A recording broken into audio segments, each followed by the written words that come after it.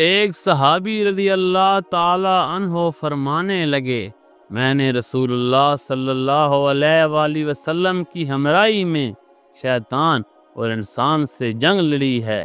کسی نے حیرت سے پوچھا، انسان سے جنگ لڑی ہے یہ تو سمجھ میں آتا ہے، مگر شیطان سے کس طرح جنگ لڑی؟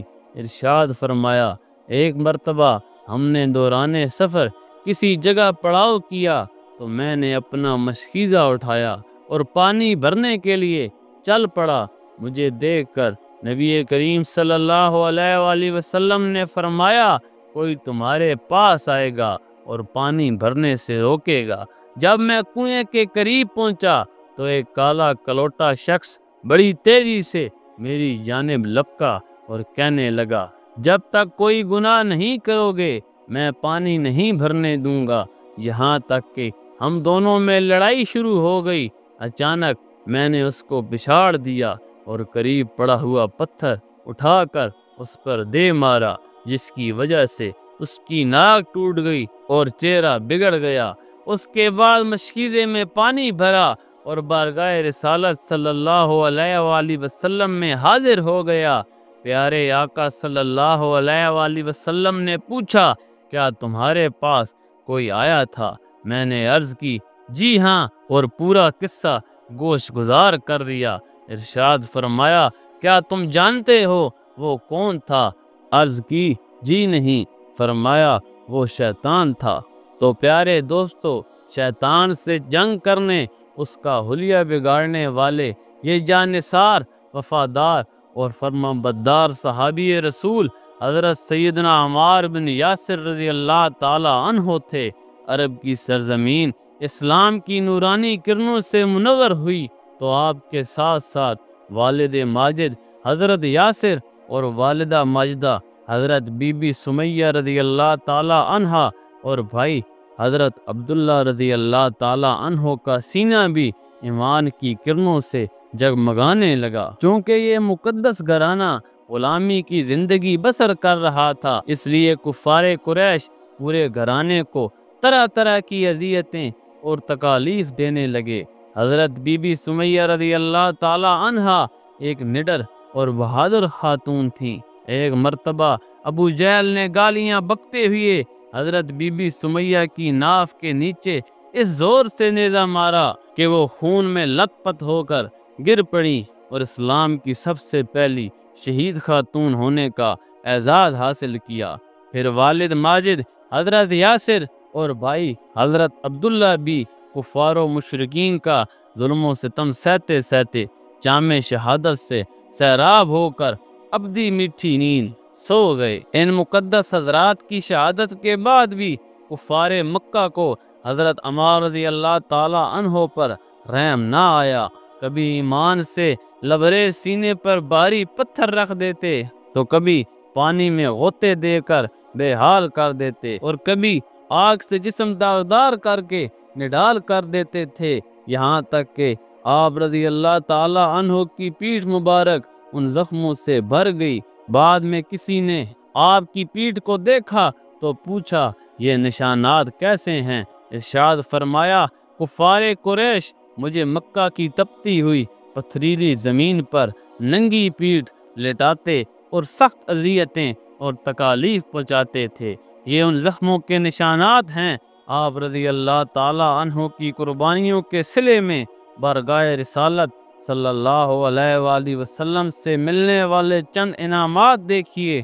جنت عمار کی مشتاق ہے۔ جس نے عمار سے بغض رکھا اللہ تعالی نے اسے مبغوض رکھا۔ ایک بار شان عمار کا یوں ذکر فرمایا، کتنے ہی ایسے کمبل پوش ہیں کہ لوگ جن کی کوئی پرواہ نہیں کرتے، لیکن اگر وہ کسی بات کی قسم کھا لیں تو اللہ تعالیٰ ضرور ان کی قسم پوری فرما دیتا ہے، اور انہی لوگوں میں عمار بن یاسر کا شمار ہوتا ہے۔ ایک مرتبہ یوں فرمایا، اللہ تعالیٰ نے عمار کو سر سے لے کر پاؤں تک ایمان سے بھر دیا ہے۔ حضرت عمار بن یاسر رضی اللہ تعالی عنہ روزانہ مغرب کی نماز کے بعد 6 رکعت نفل ضرور پڑھتے تھے۔ کسی نے وجہ پوچھی تو فرمایا، میں نے اپنے محبوب آقا کو مغرب کے بعد 6 رکعتیں ادا کرتے دیکھا تو انہوں نے ارشاد فرمایا کہ جو مغرب کے بعد 6 رکعتیں ادا کرے گا اس کے گناہ معاف کر دیے جائیں گے، اگرچہ سمندر کی جھاگ کے برابر ہوں۔ ایک مرتبہ آپ رضی اللہ تعالی عنہ کا گزر ایک ایسی جگہ سے ہوا جہاں ایک مکان تعمیر ہو رہا تھا۔ مالک کے مکان نے آپ کو دیکھا تو کہا، آئیے اور میرا گھر دیکھ کر بتائیے کہ کیسا بنا ہے۔ گھر دیکھنے کے بعد آپ نے فرمایا، بڑا مضبوط بنا ہے، خوب غور و خوض بھی کیا، لیکن عنقریب تمہیں موت کے شکنجے میں پھنس جانا ہے۔ ایک دفعہ کچھ لوگ آپ رضی اللہ تعالی عنہ کے گرد حلقہ بنائے بیٹھے تھے کہ بیماری کا تذکرہ ہوا تو ایک دیہاتی نے فخریہ انداز میں کہا، میں تو کبھی بیمار نہیں ہوا۔ یہ سنتے ہی آپ نے فرمایا، تو ہم میں سے نہیں ہے، کیونکہ کامل ایمان والے کو مصیبتوں کے ذریعے آزمایا جاتا ہے اور اس کے گناہ اس طرح گرتے ہیں جس طرح درخت کے پتے جھڑتے ہیں۔ آپ رضی اللہ تعالی عنہ سرکار دو عالم صلی اللہ علیہ وآلہ وسلم کے ساتھ تمام غزوات میں شریک ہوئے۔ جنگ یمامہ میں ایک موقع پر مسلمانوں میں کھلبلی مچ گئی تو آپ ٹیلے پر چڑھ گئے اور بلند آواز سے کہا، اے مسلمانوں کے گروہ، جنت تو امن والی جگہ ہے، بھاگتے کہاں ہو، میری طرف آؤ، میں عمار بن یاسر ہوں۔ اسی دوران ایک کافر نے آپ رضی اللہ تعالی عنہ پر حملہ کیا تو آپ کا ایک کان کٹ کر زمین پر گرا اور پھڑکنے لگا۔ اس کے باوجود آپ رضی اللہ تعالی عنہ نہایت جوش و خروش سے جہاد میں مصروف رہے۔ ایک مرتبہ کسی نے آپ کو کٹے ہوئے کان پر تانا دیا تو آپ نے فرمایا، تم مجھے تانا دے رہے ہو، حالانکہ یہی کٹا ہوا کان مجھے زیادہ اچھا لگتا ہے کیونکہ یہ رائے خدا میں قربان ہوا ہے۔ آپ رضی اللہ تعالی عنہ امیر المومنین حضرت عمر فاروق رضی اللہ تعالی عنہ کے دور خلافت میں 21 مہینے تک کوفہ کی گورنری کے فرائض سر انجام دیے۔